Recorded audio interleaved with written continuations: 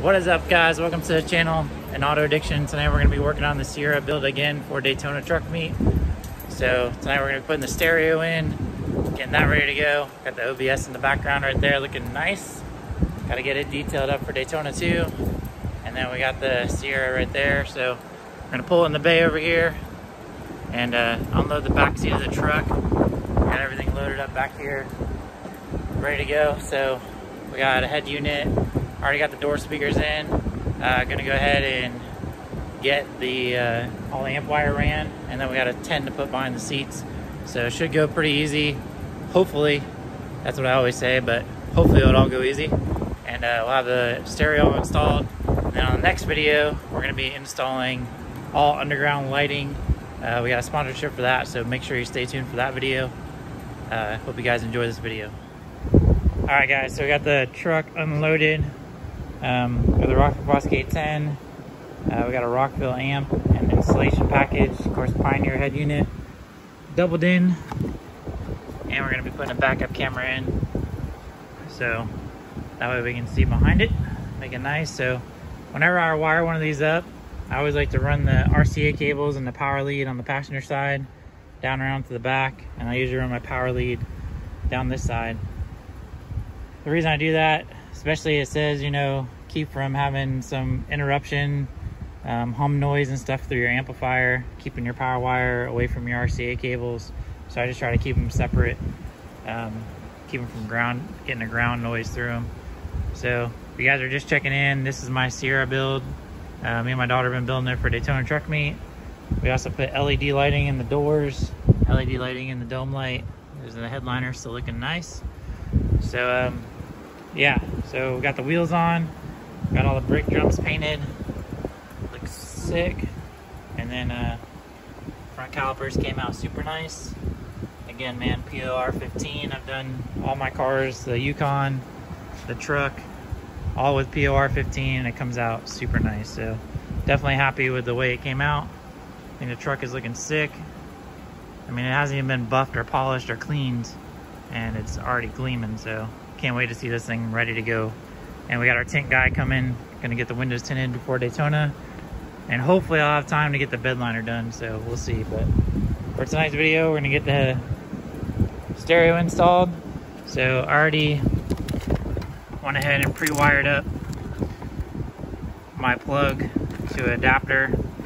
So I went ahead and did all that before I brought the stuff up here. That way it's pretty much ready to go, plug and play. And then we just have to run our amp wires, our mic. We want to run a USB port in, and then we just have to hook up our mounts and stuff. So I'm gonna get to this, and then once I get some of the stuff wired up in the truck, I'll show you guys what it looks like, and we'll get the amp wired in, and then go from there. All right, guys, so we got the power wire ran. Anytime you run your power wire, don't be like some of the cars I've seen where they run it through the door. Try to find a grommet wiring harness that's already coming into your cab, and then you can cut a splice in that and then run it through there. Like for instance, on this particular truck where the shift cable comes in, I got a grommet right there, so that's where I'm running in, and then I can follow the harness underneath for the main body harness that runs right up next to the fuse block. So I already put wire loom on it, and that way I can tuck it right along the fuse block right there, right along this main harness, and then run power, which I'll probably run off this power splice right there. Sometimes it's hard to get to the side terminals on these Sierra trucks, but you can see the engine's still looking good. If you haven't seen that video, go back and look at the engine detailing video. So it's been about 3 weeks now, 2-3 weeks, and the engine's still looking nice. So, but yeah, so just take your time, run your wires. See, a lot of guys will run it from their battery, come through here, right through their fender, and pass it through your door jamb. Well, when this door shuts, guess what happens, dude? It crimps on your wires, and I've seen it actually weld a guy's door shut one time. So definitely don't want to do that. It's not the smartest thing. And then when you run your RCA cables, dude, just spend an extra like 10-15 minutes Run it nice and clean through your dash. On these are super easy. Glove box goes down, just unclip that, and then you can literally come right up the frame and then straight across this all along the top and pass it right through to your radio bin. So instead of just running it, you know, having it drop down, seeing the wires, you know, I can follow the wiring harness. I can drop it down right where the factory harness is, and bam, then I can just zip tie it right to the factory harness all the way into the back where the amp's gonna be. So just something to think about whenever you guys are wiring stuff up. Just take your time and do it right. So we're gonna get to wiring the backup camera, because I gotta run wires for that, and go from there. All right guys, so got all the amp wires ran, got the subwoofer in place, got my speaker wires run over, about to hook up the amp. I got all the wiring done in the dash, got the camera wiring ran, I got the microphone up in the headliner, mounted on the sun visor. So pretty much ready to go as far as the radio goes. Just gotta clean up some wiring back here, mount the camera, clean up that wiring, and be on the home stretch. So I'm gonna get this amp wiring knocked out real quick, get that wired up. You just run your RCAs, your power turn on, your power and your ground. Pretty simple. Then I just gotta hook up the battery feed up here, run a fuse block, and should be good to go. So we're gonna get that done and then see how it sounds. I gotta put all the gauge cluster and everything back together, radio back in, but overall everything works, so that's good.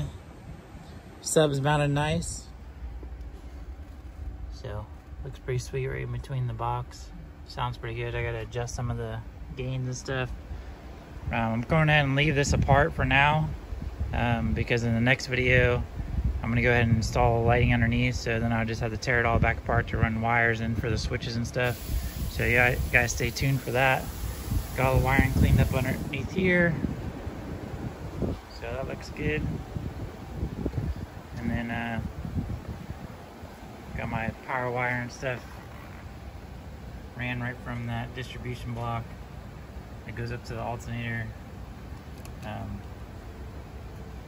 just like that. This is my fuse holder, so I might mount it a little differently here in the future, but I just cut this out right here, and then this way the case still closes nice.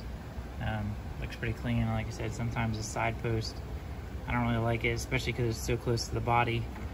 Kind of a not the greatest design. I don't know if you ever try to change one of these batteries, and if you don't disconnect the negative first, you're gonna hit that and spark it. So all right guys, I wasn't gonna end the video but on the radio, but I'll edit this part in. So there's a radio in there working. Got the reverse camera now, pretty nice.